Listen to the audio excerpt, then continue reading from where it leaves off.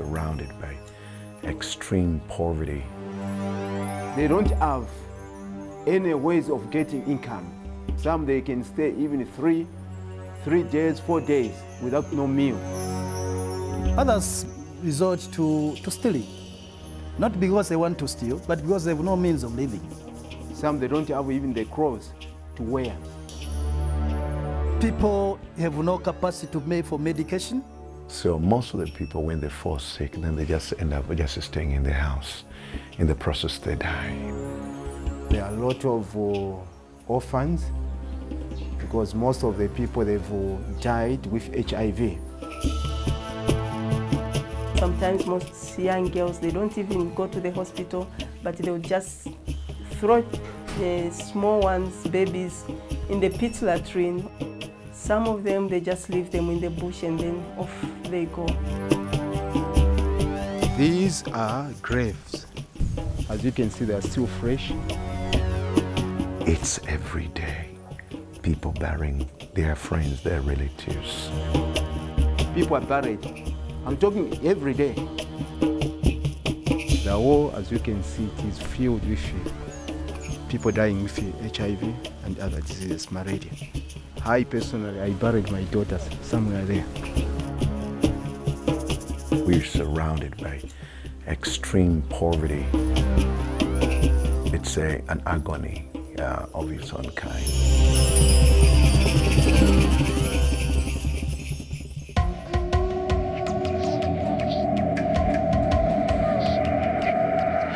We have so many street children.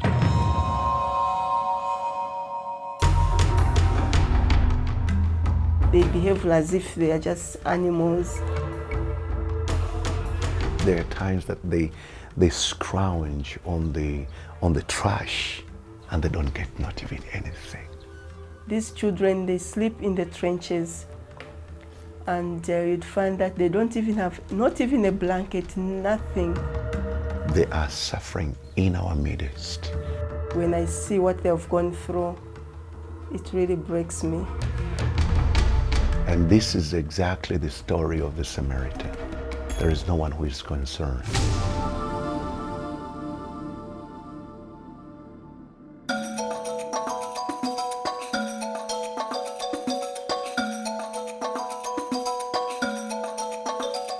We started with the children's home because of the need. We have 69 here. We can easily go 1,000 children in Lusaka. Bishop Jerry, he has a heart for the poor, and he is looking after many orphans at his place. As far as the orphans are concerned and the widows, the Bible says in James chapter 1 and verse 27, pure religion and undefiled before God is this, that you visit the widows and fatherless in their afflictions. And so we feel it's not government's responsibility, it's the church's responsibility.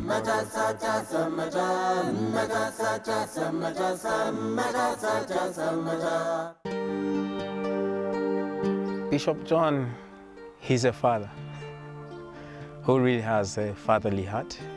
I'm a father of 69. We do not have children of our own, and they call me Daddy. I call them Dad. They do call me Mom. And Mom. Most of our children, even the bigger ones, those that are working, you know, they still come and they believe this is the only home. I began speaking to him about how hard it was for me to accept that I had actually lost my parents. Though I didn't want anything to do with God because I thought he had abandoned me, why he could let such a thing happen to me.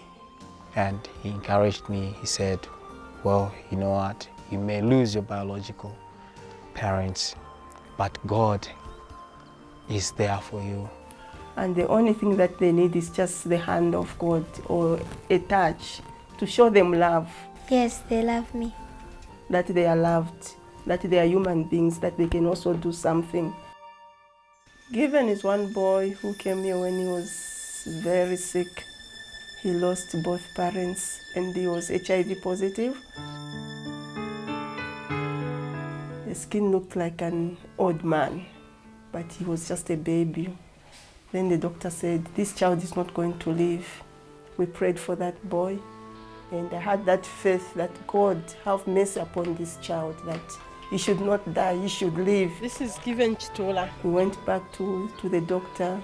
They checked him. They said he's negative. Bring him after 3 months. We took him back. Still, he came out to be negative.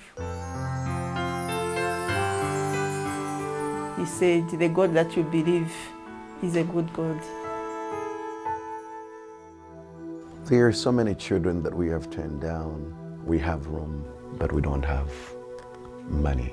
Many people do bring in children that we can take care of them, but we say we can't because we don't have enough funds. I know in the States, you throw the food away. Here we don't throw food. We don't. It's just like little Peter. Little Peter lost the father, lost the mother. And the pastor called me in the night to say, please, it's either the child lives or the child dies. The only relative that was concerned was the grandmother. And the grandmother had 14 other orphans. It's a painful thing to reject a child, to say no to a child that has lost the father and mother.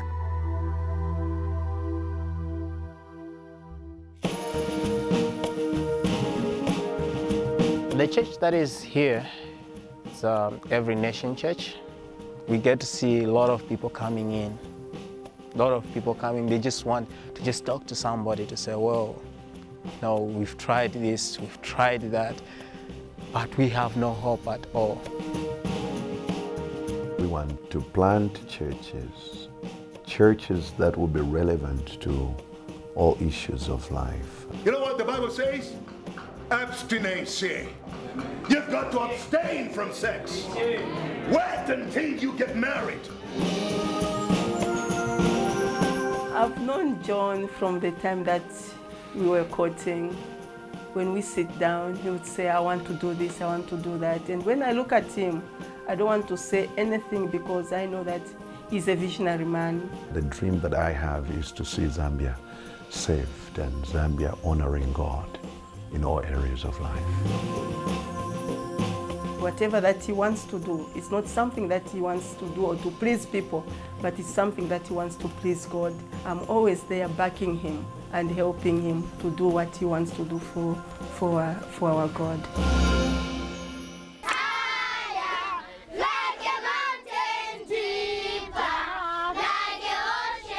The dream for the children is to see them as grow up and be leaders. It's not that when somebody's orphaned, then that's the end of the line. But they have to live on. I always tell them that what has happened before is history. You have the whole future before you. When I grow up, I want to be a minister of education. I want to become a doctor. I'll be helping people at their homes. Each one of them is compassionate one way or the other because they once suffered, but now they have been helped. They want to help their friends who are suffering in the same way. Pastor John Jerry enjoys, I would say, dad and mom. They're really making a great impact even in the society. They had no hope, and now they have hope. They had no Christ, now they have Christ. This is something that really amazes me sometimes. I get to remember the first time I walked through this place. There was nothing on the ground and the building started up. I get to get on top of the water tank, and then when you get to the top of it, I get to see the buildings around this place. And I keep thinking, Lord, is this thing happening, or probably I'm just in a dream or something? But it really amazes me of what God can do. And so we are grateful to the Lord for the divine favor that He has given to us in this nation.